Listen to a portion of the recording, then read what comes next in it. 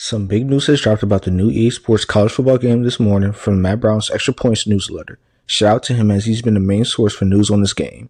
So this morning, EA has started to send out emails to the players, and it seems like it'll be about 85 contracts per team to go out to the players to opt into the game. If they elect to opt in, each player will receive about $600 and a copy of the game. If they don't opt in, then obviously they won't be in the game, and certain athletes will also get NIL opportunities to help promote the game. Now, the players that opt out of the game will not be able to be created and create a player, which is also a confirmed feature in the game. EA said they'll have a way to block creating opt-out players, but didn't explain exactly how that process will be done. But overall, thumbs up for having created a player, as you now give your player base the ability to make custom or past rosters, or even all-time rosters depending on if there's no player max to create a player. The next thing to hit on is that all 134 FBS teams will be in the game, which is great news, as I know some fans have some worries on if every program will be playable in the game, and it is confirmed they are. But as of now, at launch, FCS schools will not be in the game. I wouldn't 100% rule out the chance of it being a DLC or in future games, but the base game this year will not include FCS teams. Since the last game, there's been a handful of teams you couldn't play with unless you had College Football Revamp, which had to take out certain teams to put them in. Some teams like Coastal Carolina, App State, James Madison, Kennesaw State, and Liberty will make their first official appearance as an FBS team in this game. NIL and transfer portal is confirmed in the game, which is huge news as it is a major part of college football in real life. Now, to the extent of how it will actually function is still up in the air, but EA is trying to make the game as realistic as possible, so we will see how they attack it. I gave my idea on how they should go about NIL in my wish list I dropped a couple days ago, but NIL and portal is confirmed in the game. As of now, real life coaches will not be in the game, so they'll just have generic coaches. So instead of having Kalen DeBoer coaching at Bama or Chris Klieman at Kansas State, it will just be generic coaches at launch. I just personally hope for Dynasty Mode we get more coaches outside of the head coach, OC, and DC.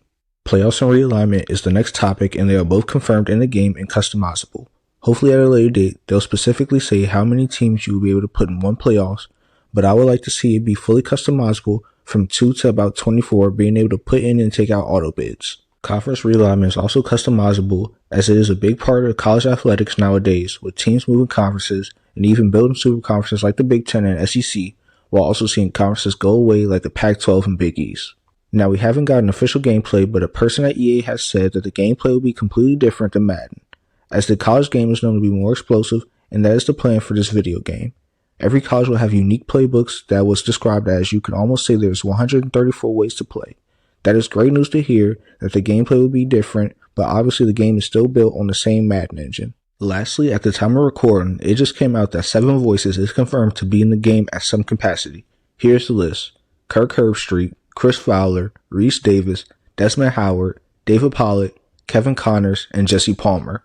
That is great to get some variety voices throughout the game.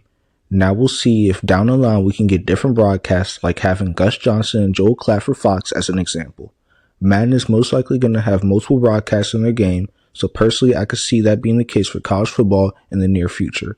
Some things we have yet to hear about so far for EA Sports College Football 25 is online team play, team builder for Dynasty Mode, and I don't think an online Dynasty or online Road to Glory is technically confirmed yet. Also, the Senior Bowl page on Instagram just posted a graphic with the EA College Football logo, and the caption says Senior Bowl Mode. So we'll see if the Senior Bowl will make an appearance in the game. That would be really cool seeing a Road to Glory player compete in the Senior Bowl. In the months leading up to the release, we should hear more of the specifics about Dynasty Mode, Road to Glory, Ultimate Team, and any other game modes and features they have planned. Hopefully we can get a trailer soon that shows some gameplay and more in detail specifics about the game. And I also hope to see an official cover reveal in May, so I can't wait to see the cover art and who they decide to put on it. What bit of news do you think will be revealed next? Could it be a concrete release date? Will it be news about how recruiting, NIL, and the portal work for the game modes like Dynasty and Road to Glory? Could we get some news for Ultimate Team, like what legends could be in the game? Or could it even be a new game mode that we have never seen in an NCAA football game? It'll be interesting to see how EA continues to build hype for this game.